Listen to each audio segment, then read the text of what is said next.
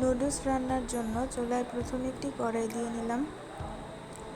কড়াইতে তেল দিয়ে তাতে পেঁয়াজ মরিচ দিয়ে নিলাম। তারপর দিয়ে দিলাম 2টা ডিম।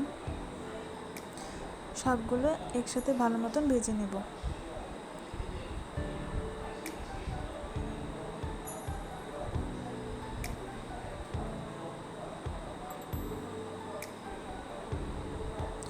তারপর 2 প্যাকেট নুডলস এর মধ্যে দিয়ে দিলাম।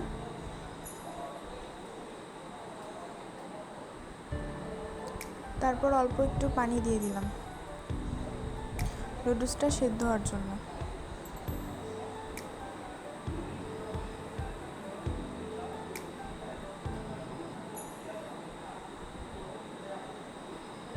হয়ে গেল নুডলস রান্না।